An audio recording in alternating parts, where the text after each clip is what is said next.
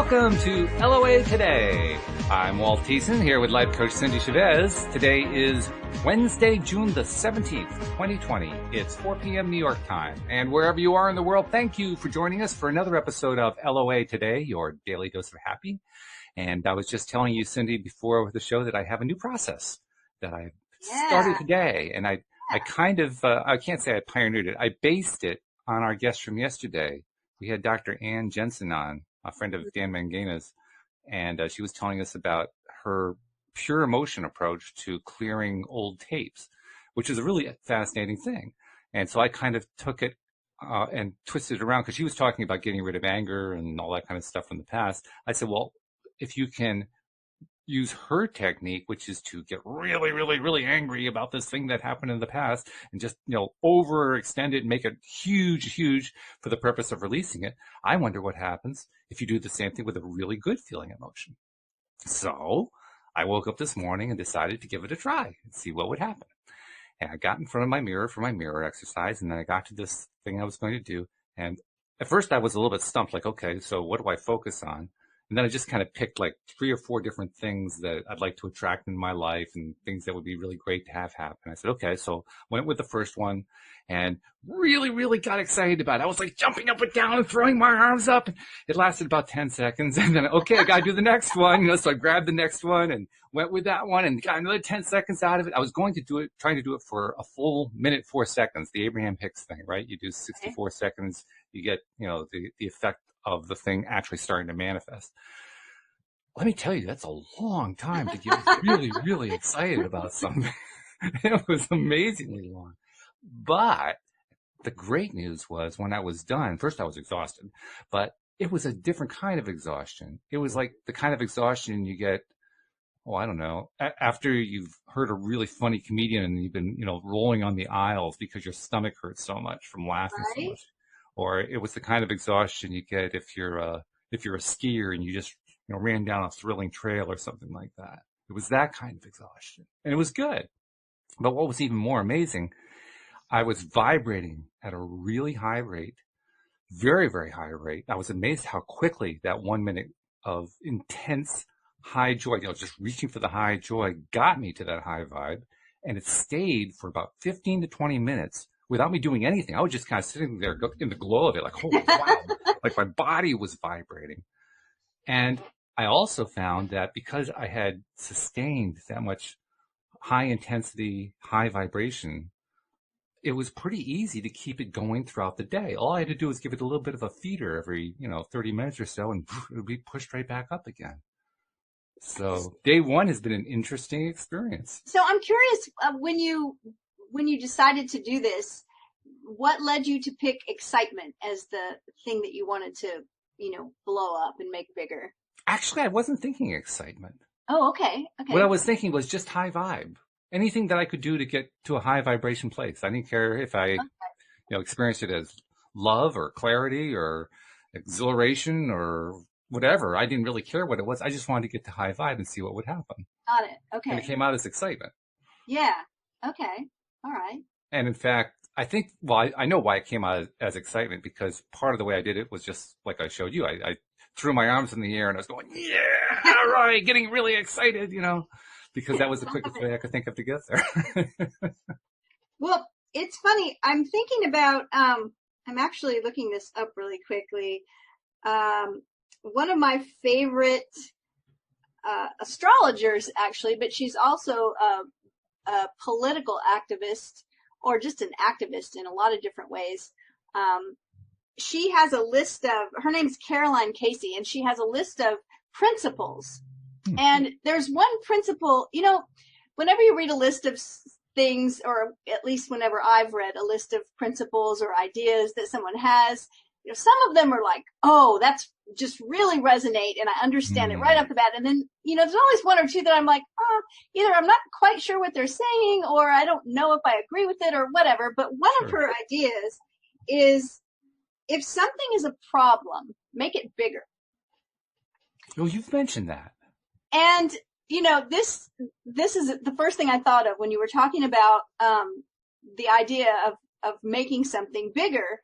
And like in your situation, what you talked about wasn't really a problem. It's just, I really want to manifest these things and I want to get excited. I want to pump it up. I want to get, right? High vibe. I want to really pump up this high vibe. Exactly. You were talking about her, yesterday, your guest yesterday, talking about anger. And, the only reason why someone would want to, process it or get rid of it or transmute it would be feels like a problem, right? It's like, I Sure. want to, so that's what it reminded me of. It's like making it bigger. Right. And, it kind of got me to thinking about that, is that so many times these emotions that we have that we have labeled as bad or wrong or problematic, they really do become a problem because we don't let them get big enough. We kind of smush them down and ignore them and not have much to do with them. And so I thought that was really profound, to just let it be as big as it needs to be, because then at that point, it's grown into something that it's processed itself, sort of, right? It's like instead of being ignored, it finally gets to have a life of its own. Now, of course, I realize we don't want things to have a life of their own where they, will end up having some kind of inappropriate display of anger or whatever.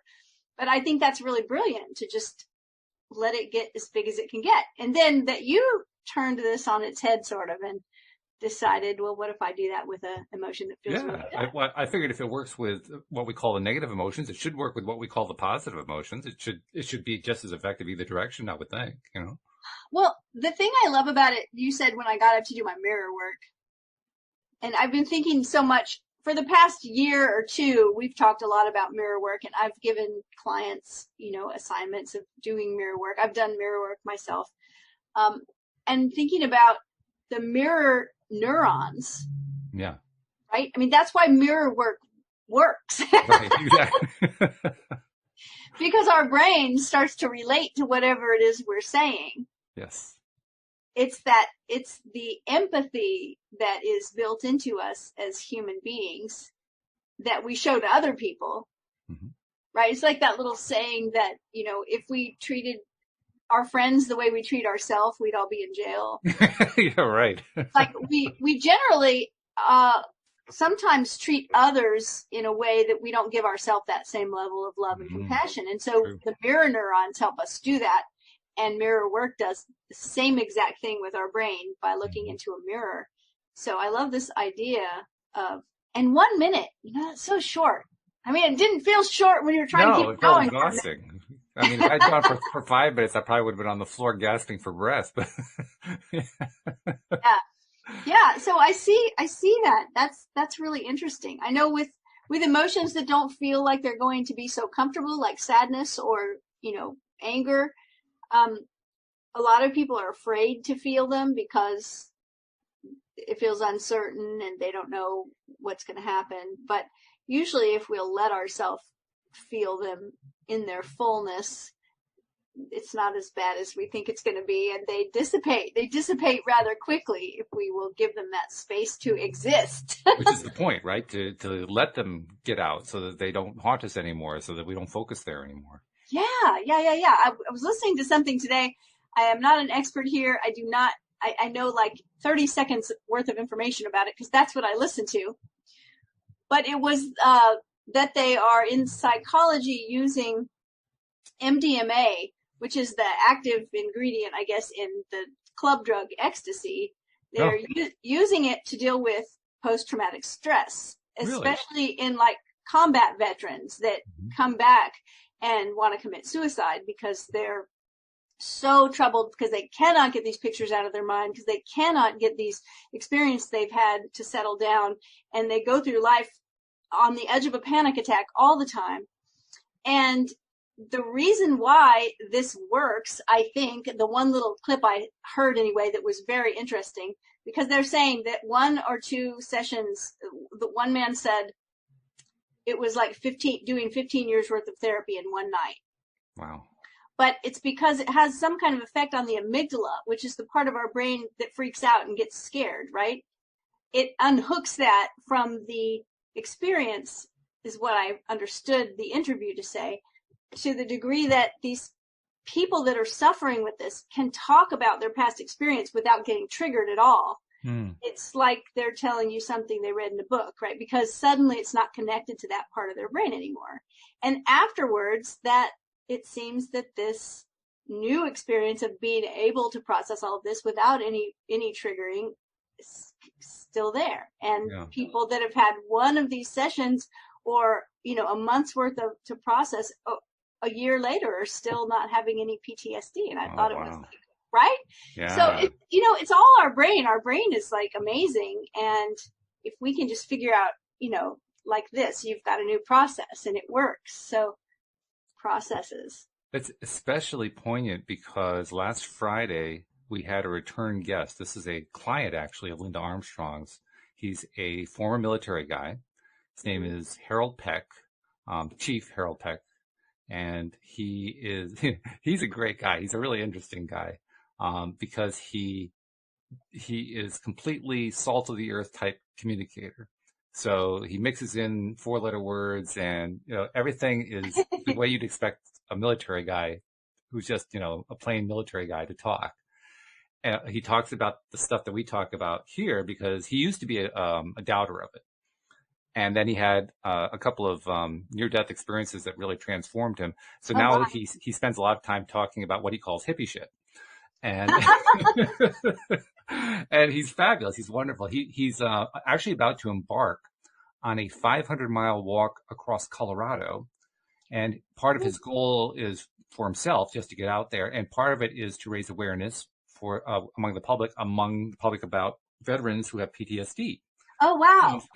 I'm wondering if he's aware of the study that you're talking about. Well, the person to go to is because the reason I knew about it is because I'm on Tim Ferriss's mailing list. Okay. And so Tim Ferriss wrote a book. His first book, I think, that was really popular was The 4-Hour Work Week. Mm-hmm. And then he wrote a book.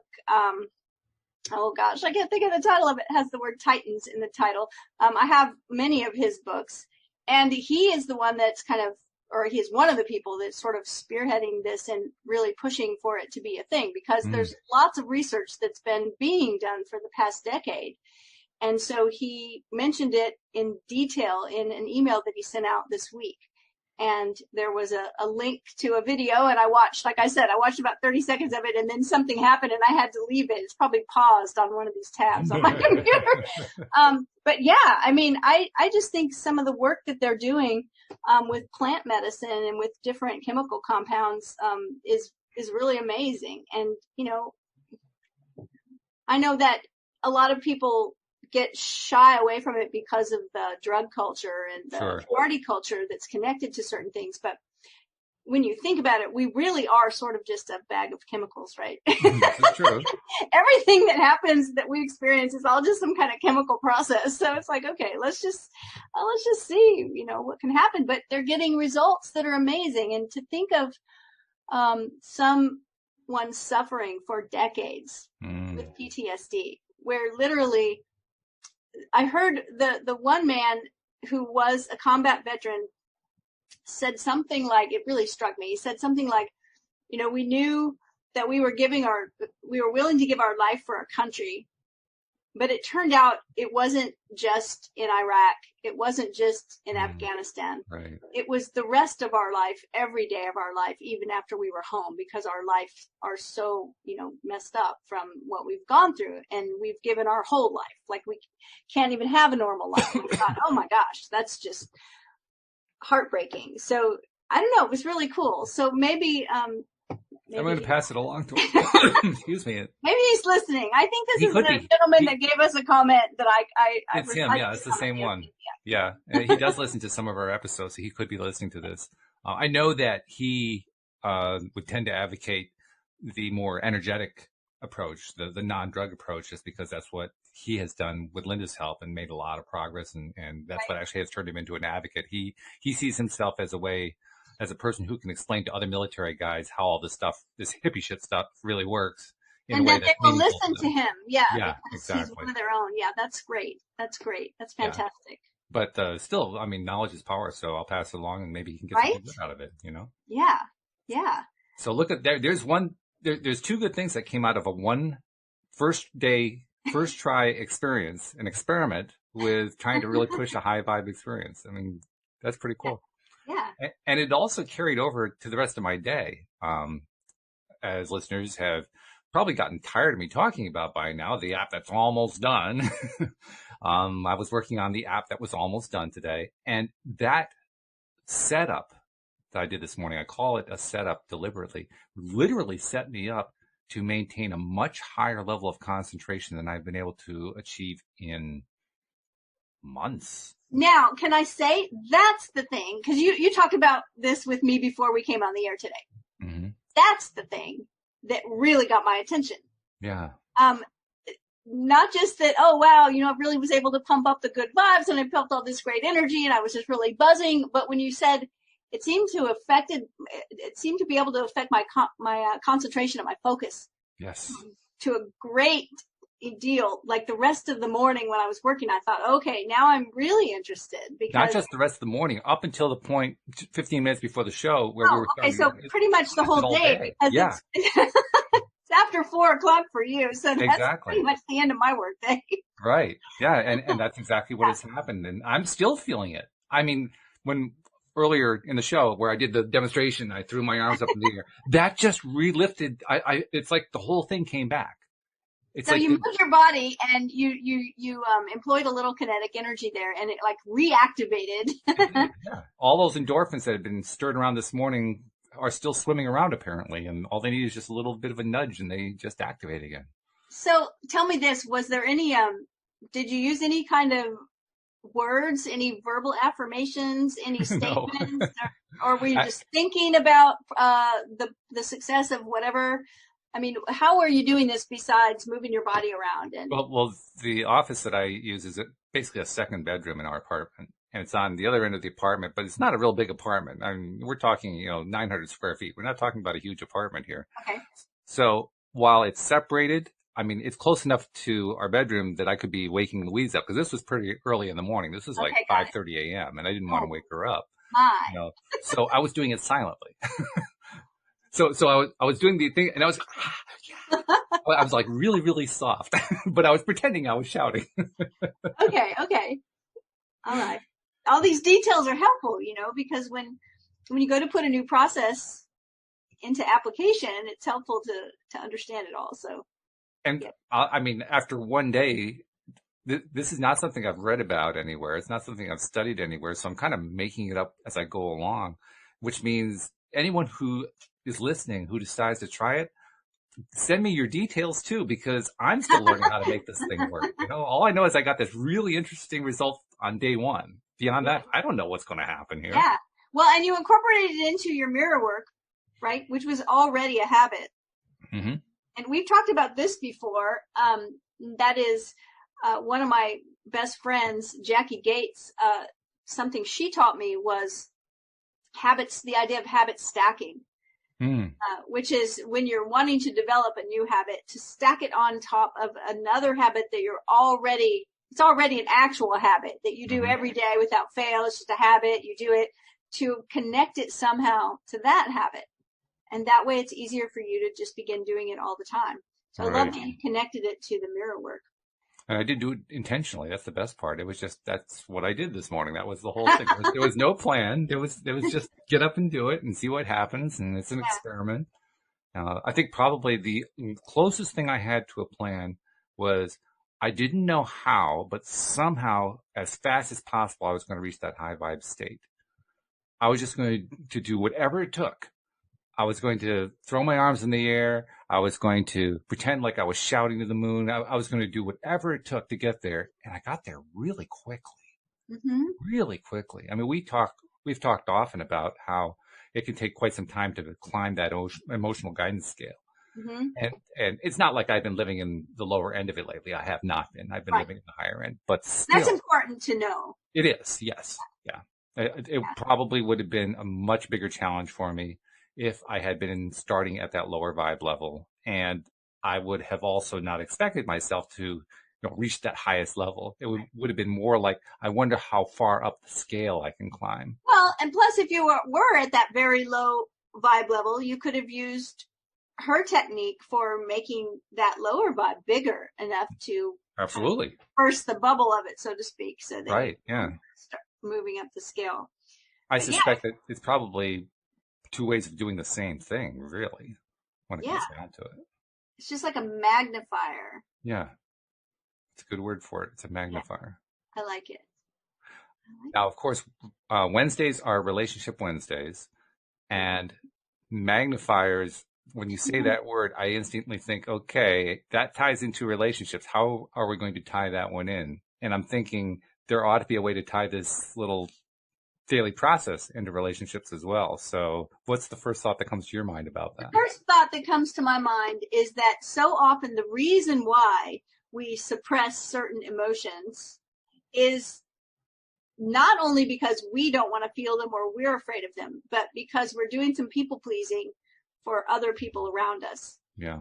Right? So we don't want to have a difficult conversation, or we don't want to admit that we're feeling a certain way because, hey, that might make so-and-so feel bad. Somebody I'm in a relationship with might feel worse, or they might have a reaction or a response to it. And so, but in doing that, you said a minute ago, knowledge is power.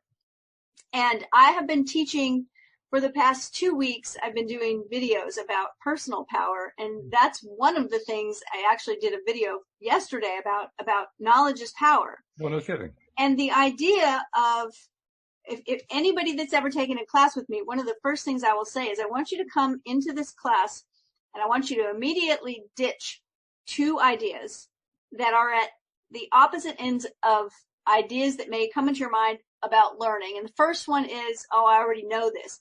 And sometimes it's not even that we're being arrogant. No. Right? We just may say, oh, like I've actually been disappointed at the beginning of a class because, 30 minutes in, I realize I've learned nothing new. And I start to think, oh, this is all stuff I already know. And I will tell you what, that attitude, that idea will block you from learning anything new. Because you've just told your subconscious, no need to pay attention, no need to be aware of something that has the potential to be looked at a different way. You already know this stuff. The other idea is at the other end of the spectrum, and it is, oh, this is too hard. Like, I'll never be able to. And if we will get rid of both of those ideas, then we open ourselves to gain more knowledge. And Sure. when we do that, knowledge is power, right? So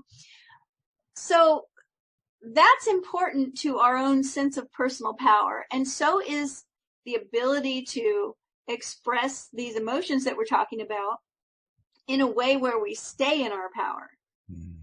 And so this is more language tweaks that I talk about all the time, but one of them is, and in relationships specifically, where people say, you made me upset. Yeah. You make me mad. You made me feel bad about myself. You made me, you made me. And when we do that, we're automatically putting ourselves down at the bottom of that emotional scale into victim energy mode that says, you have control over how I feel. And that's not a very powerful place to be. And it can be with events too, right? Like right now, right? For the past few years, many of us have looked at the news. My husband said, how many times a day do I look at the news and say, oh my God, right? And he said, he's got his oh my God meter on me because I say it so much. Oh my God, or holy something, right? Right. So, but the deal is that when I express how I'm feeling about something, or we can all do this, it's a great thing to learn, is to say, oh, when I see that, I feel so angry. Instead of that makes me angry. Mm-hmm. It's subtle, but one of those statements is saying, I have certain values, and when I see this happening, or I hear about this, my response is that I feel angry. Mm-hmm. The other statement is saying that this external event has the power to decide my feelings for me. Yes. And so when we, our words are so powerful. And what about the other way we express? Sometimes we say, I am angry. I am sad. I am frustrated. And I know that I do this, right? But I'm working on changing that up to where I say, I feel angry, I feel frustrated, I feel sad. Why? What's the big deal? What's the big difference? Well, the big difference is that I am statements are really powerful. Mm-hmm. And I am more than a single emotion. Absolutely. I am more than anger, right? I am multifaceted. I am a complex human being like we all are. And I can't define myself with one emotion that's out there. Do I feel angry sometimes? Sure. Do I feel happy? Do I feel sad? Do I feel frustrated? Do I feel excited? Do I feel elated? Yes, I feel all of those things. But to say I am something, I've just squished myself into this narrow definition. And so these might sound like just semantics, but they're actually really powerful tools that we can use, is to train ourselves to say, I feel a certain way, instead of you make me this, or I am this. And in relationship, here's why this is so important. One of my favorite quotes, it's Benjamin Disraeli said, never apologize for emotion, because when you do, you're apologizing for the truth. And in order for us to have relationships that are real, we have to be real. And so to be able to say, I feel a certain way when this happens, it's very, very important to a relationship for the relationship to be built on honesty. And I don't mean that we lie to each other, but we do. We lie all the time when we say everything's okay and we really don't feel like it's okay. That's true.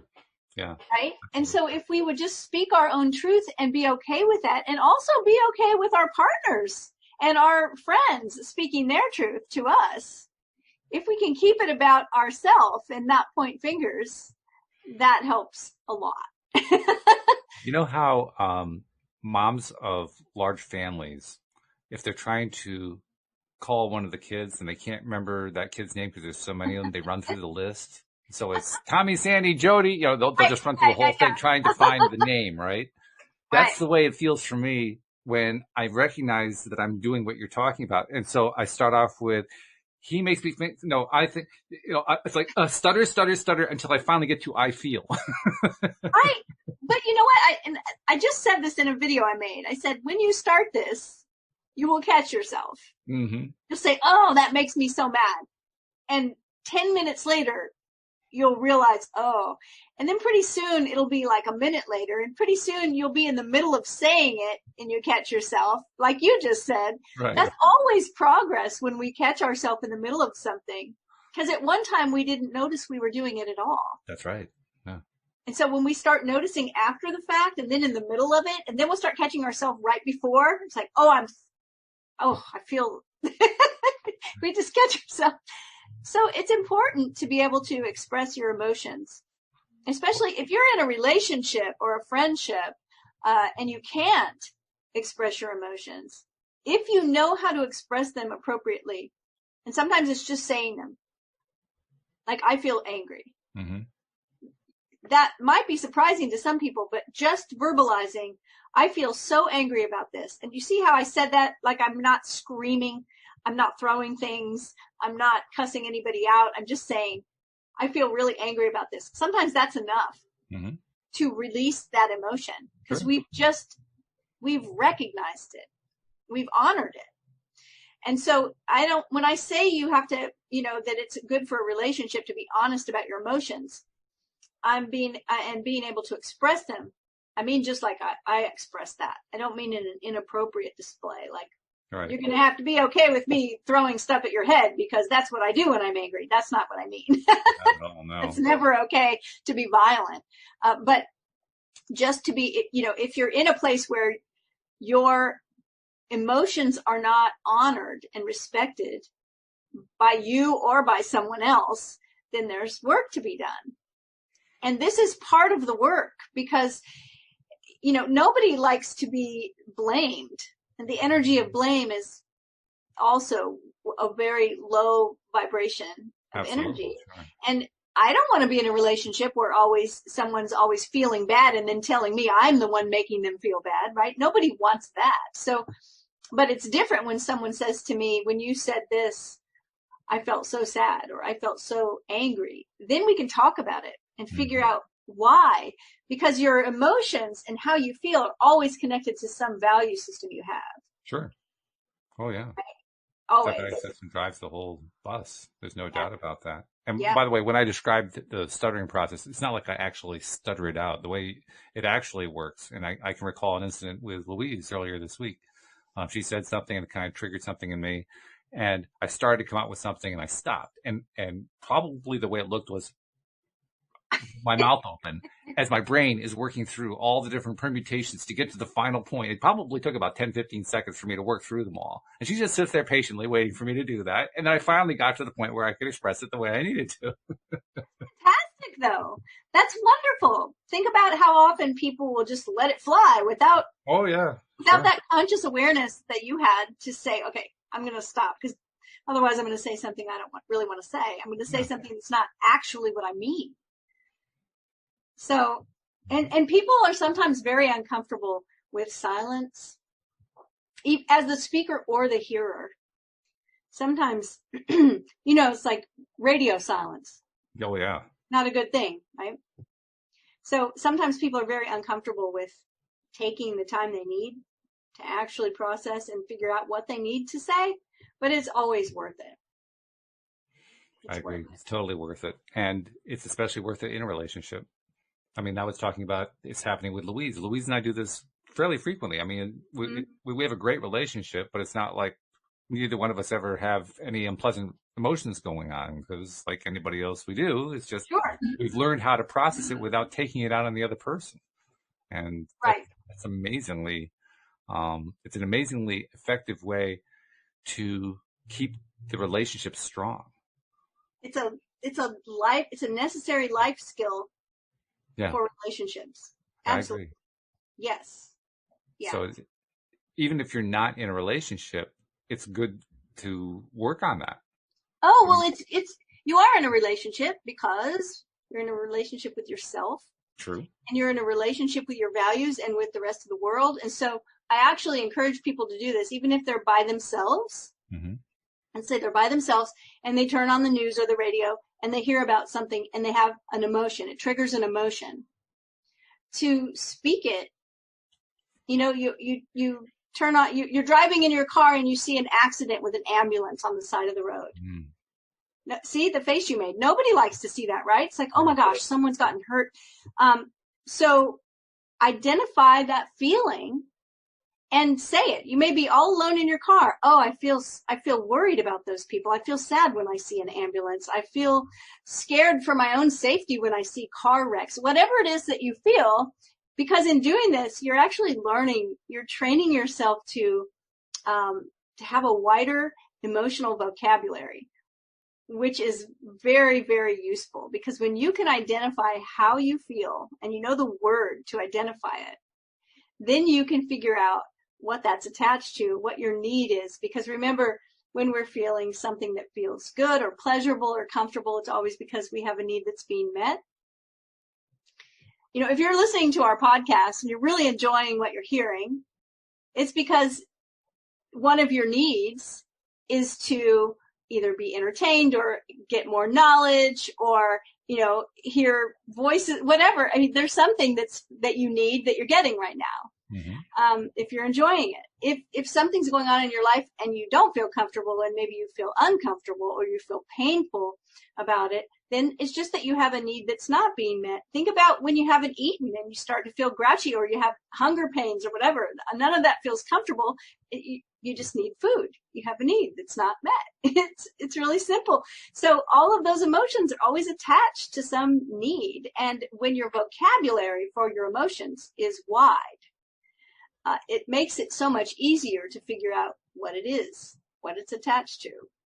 It also makes it easier to release it too, because that's ultimately what the purpose of that overexpressing thing is all about, isn't it? To be able to release it. I mean, we all want to learn how to release more resistance so we can get more of what we want. Well, that's how you do it. That's one big way to do it. Yeah, it's a like you said, I have a new process as a noun. But Yes. this is actually, it's the verb too. You are processing Mm-hmm. that emotion when you make it bigger, when you recognize it, when you verbalize, I feel whatever. That's all part of processing it. And then you can move past it Mm-hmm. in an easier way. Do we have questions? Josie's posting in our live stream. I wanted to share what she's talking about here and get some reaction from you. She says in Gary Zukav's book Seed of the Soul, he discussed how a major issue of being part of the army for him was trying to feel superior, and he then realized this macho way of being was an inauthentic power. And then she follows up by saying, journaling allows us to be honest with our emotions without being judged for it. Don't you think? Yeah, two things that I want to address that came up. It's a great book, by the way. If anybody wants a great book to read, it's been around a long time and it's very, very good. And if I recall correctly, it's a book that I think Oprah said gave her like such an aha moment that it changed her life in every way at the point that she read that book. It's really good.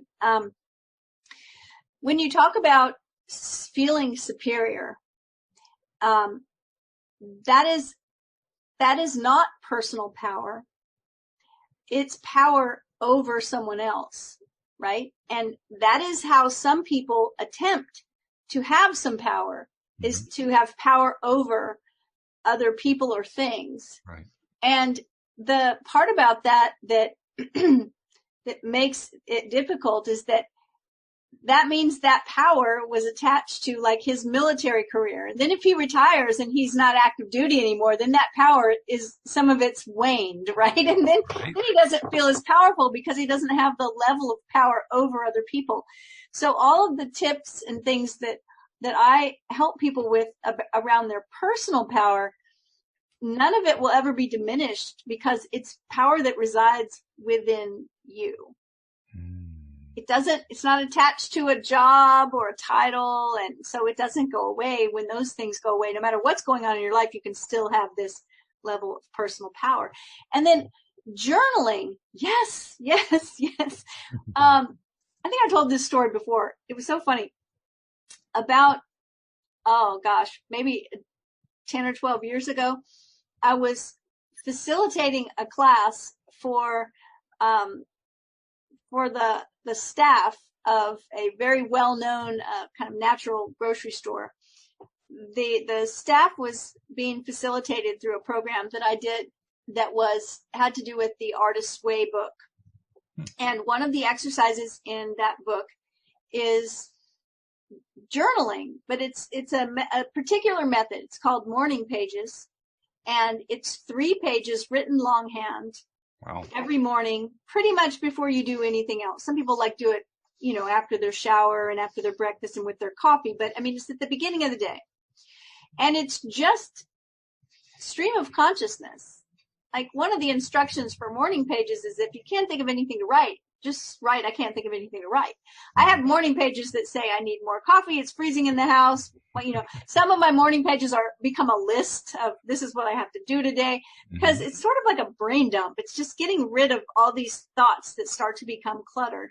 But another thing that happens in morning pages is processing emotions, being able, like you said, to process anger or frustration or sadness or fear or whatever it is with no one judging you, because it's just your journal and you're the only one in there, and just writing it out, letting it pour out, saying whatever you need to say. I've given assignments like that to coaching clients before. Had a coaching client, I remember about 8 or 9 years ago, that I said, when's the last time you got angry? Oh, I don't get angry. I never get angry. I said, I didn't think so. So this is your assignment for this week. I want you to just get angry. You can do it in a journal, is what I said. I don't want you don't have to go scream at anybody. I want you to just get a journal, and I want you to just figure that out and get as angry as you can in there. Just go ahead and let yourself do it. Turned out, it took her 20 or 30 minutes, and it was a life-changing assignment. Why? Well, because, yes, we all have things we get angry about. And if we don't admit it, at least to ourselves, and process it, it just hangs there, right? So, yeah, I think journaling is a wonderful thing. And the funny part about that story is that we had 3 people facilitating maybe 12 employees. And one of the employees, or two of the employees in the first 3 weeks, and they both said it was due to the morning pages, not to all the other stuff in the program. It was just everyone in there said, this journaling is so powerful. And two of them decided to quit their job. One of them decided to sell everything they owned and get a motorhome and take off across the country because that's what they had always wanted to do. And I was like, we're not going to be invited back to teach this for any other corporate group because everywhere we go and teach it, everyone quits their job. Oh, that's funny. I'll tell you what, I don't know who was managing that particular company, but if it were me, I'd be grateful for that because I want people working for me who want to be working there, that's like, that's part of their DNA. This is something that's really important to them. I don't want somebody there who's just drawing a paycheck and they're not really happy. They really should be doing something else because they're just going to hold everybody else back. So yeah, send them on their way. I mean, wish them well and enjoy their retirement. Don't drive the motorhome crazy, but, have a good time. I tell you, it was such a great program that I was impressed that a company would pay for it to have their employees take it because it was so freeing and liberating. And, so the results of it were always really good. But I have to say, I'm in agreement with the participants. The program is great. The book, The Artist's Way, is a fantastic book. It's been around forever. But the morning pages are one thing that runs the whole course of the program. And it was really, really powerful. And any time in my own life where I start to get, I don't even know what the best words are to say, but maybe overwhelmed, confused, feel like I don't have real clarity about what my next steps are. I always have this, aha, yes, that's what I need to do. And I start journaling. And by the way, people that are listeners and subscribers from our podcast will know that months ago, I could not write or type because my thumb and my wrist were so messed up. And then it was about 65% better, all the way better. Ooh. I'm writing in a journal morning and evening. And that's doubly impressive to me. And I'll tell you why. It's because I have done so little writing over the last 40 years that if I write, I do this now, I'm writing hashtags as we're going along. 2 hashtags, my hand goes into a cramp. So I totally appreciate you being able to do all that journaling and your hand is doing well. That's fabulous. Yeah. Well, and part of it was, over in the Facebook room, I need to go post over there that you created for us to make vignettes. Pivot balance. I keep thinking about this for the past week. I need to go ahead and act it out because my vignette was that I was writing and that I spoke out loud to my husband. It feels so good to be able to write again. And that's all I kept imagining was that I was writing, I was free of pain, and that I said to him, it feels so good to be able to write in my journal again without any kind of pain. And so I don't think I've actually spoken that, but I do my journaling at the end of the day, and he's always around while I'm doing it. So tonight I'll have to remember to speak that aloud because, I'm not having any problem with it whatsoever. So that's so great to hear. Yeah. And it reinforces. I mean, that's something that falls into the category of what's called a chronic injury. And it's just chronic pain that just keeps going and going and going until you do something about it. You did something about it, not surprisingly. And you got a wonderful result out of it. That's fabulous. Yeah. And that was really it, is that the 2 things. I did wear a brace for a while and it seemed to help until I took the brace off, and then it wasn't really helping. Right. And it really, really was painful. I mean, I couldn't use it. I couldn't write. I couldn't knit. I couldn't do anything that I do with my hand. The pain was, it has a name. It's called de Quervain stenotendivitis. And it was my thumb and my wrist. And so 2 things that I did. One, I made that vignette of myself saying, it feels so good. Because I caught myself wondering one night. I wonder if this is going to heal. I wonder if this is going to be painful for me for the rest of my life. Sure. Well, it's an unusual thought. People would experience that one a lot, I think. I wonder if it's going to get worse. And then I realized what I was doing. Yeah.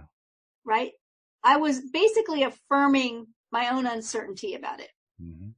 And I decided, oh no. I'm not going to wonder. I'm going to deem this, temporary. It is going to get better. So actually 3 things. One thing is every day and every way I'm getting better and better. We were saying that to each other before the show, right? Right. Every day and every way. How you doing? Well, better and better. Every Better day, and better. getting better and better. The second thing was that I made that vignette of me saying, oh my gosh, it feels so good to not have any pain anymore. And the third thing was that I decided to frame the pain in my wrist as something pleasurable. Because I said to myself, sensation is just sensation. We define that this hurts and that feels good. And I'm just going to decide that I like the way this feels. So every time I would feel the pain of it, I would decide in that moment that I liked it. I know that sounds difficult. Strange. Yeah. But once I did that, it was probably 2 weeks where it was 99% gone. Wow. Okay.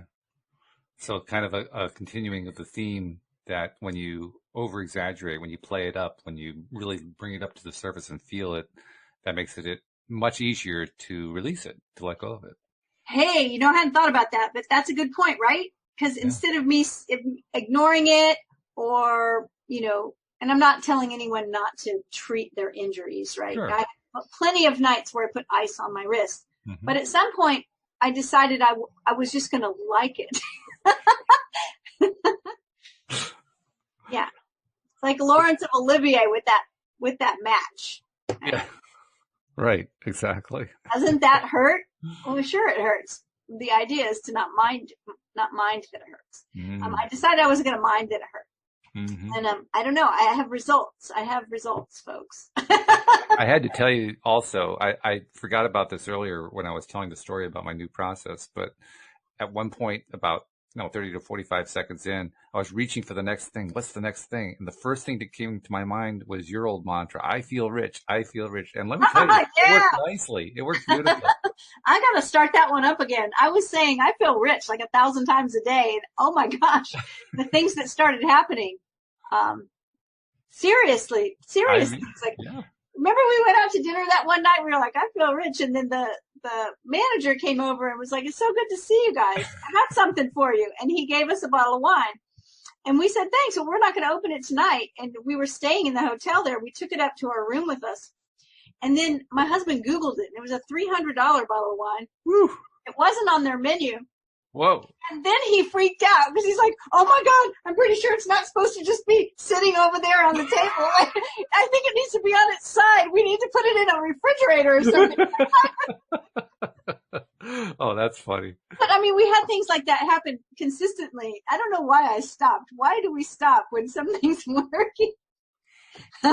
Well, thank you for the reminder. I feel rich.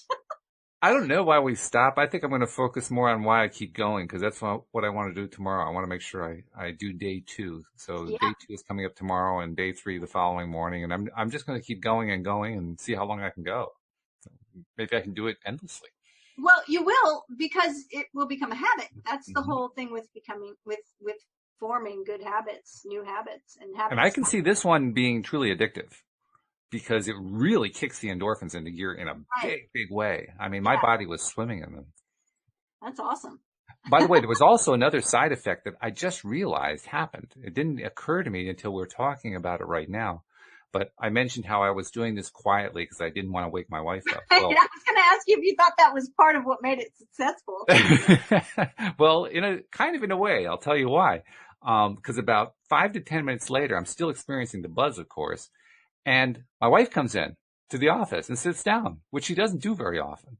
And we just start chatting. So I tell her, well, I did this process this morning. She's smiling and she's getting into, telling me about it from a therapeutic point of view, because she used to be a psychotherapist. And of course, and she's the one who pointed out about the endorphins swimming around and all that kind of thing. And within moments, it turned into, let's do this on a regular basis, where I come in here and we talk about good feeling stuff to start off the day. Now, I didn't really set the intention of let's get something going between the two of us. It just kind of happened organically, but it happened. Well, energy entrains to itself, which is why if we walk into a room and everyone in there's crying, most of us are going to suddenly feel a wave of sorrow and, oh my gosh, what's going on? We feel compassion or whatever. Sure. When we walk into a room, everybody's excited. We feel the excitement, right? We're like, oh, what's going on in here? It feels like a party. Right. So that's helpful for relationships for us to have a high vibe. No doubt. Yeah. Awesome. Speaking of high vibe relationships, we have a very high vibe relationship with our listeners. And I want to remind those who are not yet fully affirmed listeners who have listened every single day, we want to make you part of the party. And the way you do that is becoming a subscriber. By the way, becoming a subscriber is going to be really easy in coming months, coming weeks, coming days. What am I talking about? So if you're listening to this further down the line, you can just go right to the Play Store on an Android phone or to the App Store on an iPhone and look for LOA Today, and you'll find our app there. But if you're listening to this fresh, we just published this and you're listening to this fresh in the next day or two, you can still subscribe. And once you've subscribed, you'll continue to get notifications about when we're putting the app out. And once the app is out, you'll know you can download it. But in the meantime, you're still getting the episodes. And that's simple enough to do. You just go to the homepage of the website, loatoday.net. But make sure you subscribe if you're not yet subscribed, as so many people have done, because there's nothing like getting that daily dose of happy. I mean, it's like doing the morning process without having to get up and go, yeah. You just kind of feel it because you're listening. Do that too, though. Well, that's the other purpose too, right? Maybe some people who are listening are actually going to try that. I'm going to try it. Yeah. And I encourage everybody who feels like they would like to do it to try it and send me a note. Tell me what happened. I'm curious to know what other people's stories are going to be with this. And I'm going to keep going with it. But send me a note. My email is walt@loatoday.net. And tell me what's going on with it, because I think I'm kind of stumbled onto something here. It's going to be fun to see how it plays out. I like it. One thing that we've been focused so heavily on all this good feeling stuff. You did mention, you talked about the power of kind of overextending when you're feeling angry, or overextending when you're tending to repress an emotion. You want to bring the emotion out. But I also want to kind of look at that from a slightly different angle. We've talked a lot lately about how there's a lot going on. You mentioned the news, a lot going on in the news, really, really high intensity stuff. And even for somebody who is a high vibe person by preference, it's tough to, keep that at bay, so to speak. So we're often trying to come up with different ways to keep it at bay. I guess what I want to ask you is, the processes we talked about today, are there any that are favorites for you if you're trying to keep something at bay? What would you endorse the most in terms of maybe what your own processes are? Well, I don't generally try to keep things at bay. I know that my emotions are giving me information. Mm-hmm. Now, if it's just that, okay, yeah, I will say there have been times when I've said, okay, I gotta put my phone down. I can't read the news anymore right now because I'm really feeling frustrated about what I'm seeing. Mm-hmm. And I need to just chill out and let my brain work on solutions, right? And how I can, take action in a positive way. So for me, it would be that it's moving my body, really, like going for a walk, putting the phone down. But it's not that, I've just felt something that was uncomfortable and I don't want to feel that. Right. That's really not my jam, because what I'd rather do is channel that energy into something positive and productive that's going to actually have an effect on whatever the situation was that caused me, right, to have a response of feeling frustrated. Mm-hmm.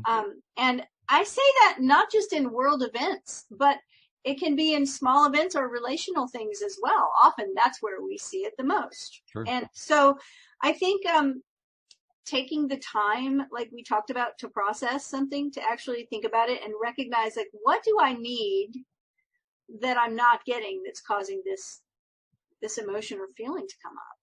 And remembering that it's not anybody else's responsibility to meet my needs, it's my own responsibility. So then figuring out, so how do I get that thing that I need?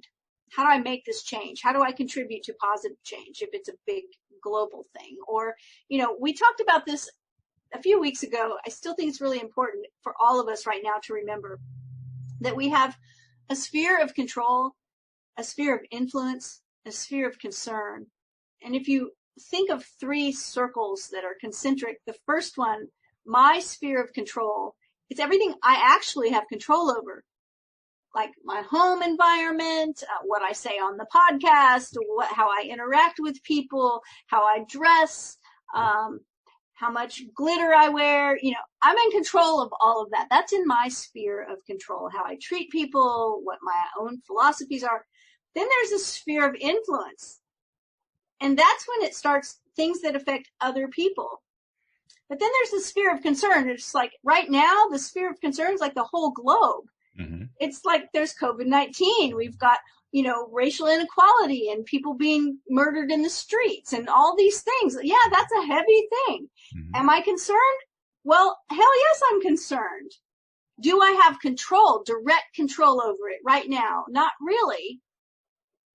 But by focusing on what I do have control over, then my sphere of influence will grow. And when my sphere of influence starts to grow, then it actually starts to touch those concerns. Yeah. I have control over who I vote for. I have control over where I give my money. I have control over those things.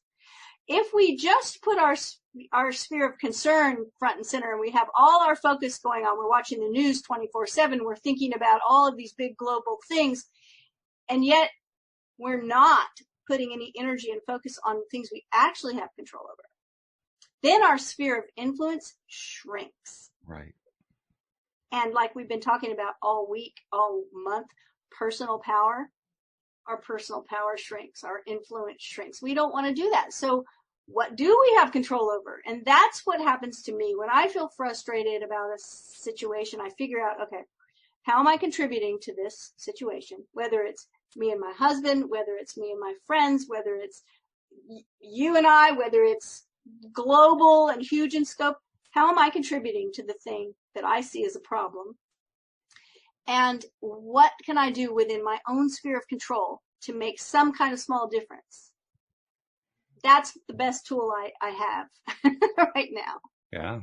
Yeah, that's a big deal. It also occurs to me that's an answer to the question, well, how do I help out a partner who is so negative on all this stuff? Well, you have your sphere of influence, and you do it by going back to controlling your personal power.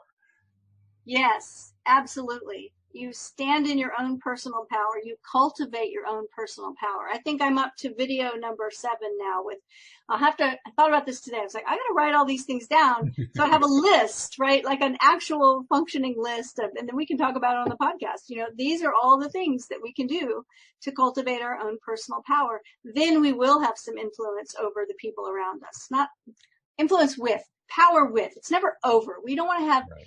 We don't have control over them. We don't have power over them. We want to have influence with them. And influence is a two-way street. In order for me to have influence with you, I have to be willing for you to influence me. Yeah. Like it's a two-way street. It's never one way. One way is control over. And I'm not interested in that. Nope. That doesn't cultivate my personal power. It's not even fun. No. I mean, perfectly blunt. It really, there's nothing fun for about anyone. It. No, it's actually pretty blah.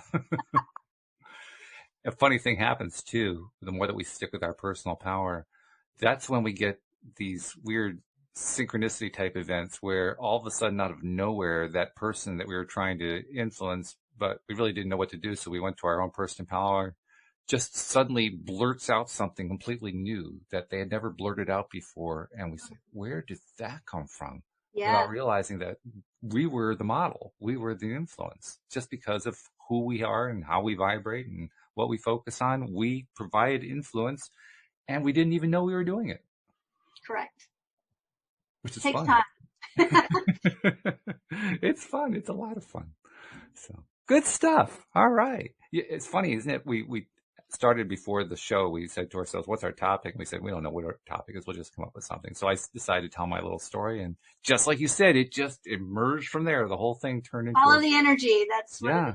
Yeah. Into a really good show on the value and virtue of going for it, just going for it, getting that energy out, whether you call it positive or negative, just getting it out. Yeah, it's all just energy. And there is no good energy or bad energy. It's just energy. Mm-hmm. Good stuff. So thank you very much once again, Cindy. As usual, your valued counsel is valued. Thank you for having me. Thank you, listeners. We appreciate you as well. We'll see you all next time here on LOA Today. Goodbye, everybody. Bye, everyone.